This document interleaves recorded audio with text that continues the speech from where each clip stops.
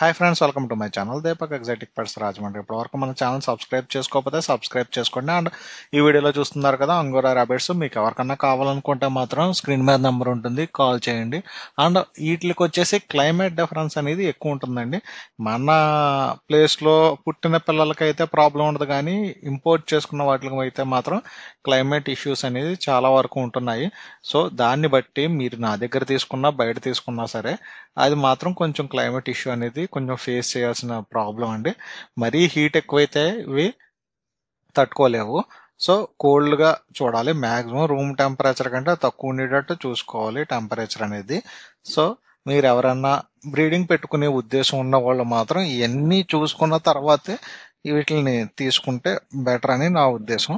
And మన క్లైమేట్కి exist అవ్వాలంటే second generation third generation అయితే కొంచెం అడ్జస్ట్ అవుతాయి. ఎందుకంటే ఎక్కడే బ్రీడింగ్ ఎక్కడే పిల్లలు వచ్చినాయి అవి తీసుకుంటే మాత్రం బెటర్ అనమాట నా ఉద్దేశం ప్రకారం.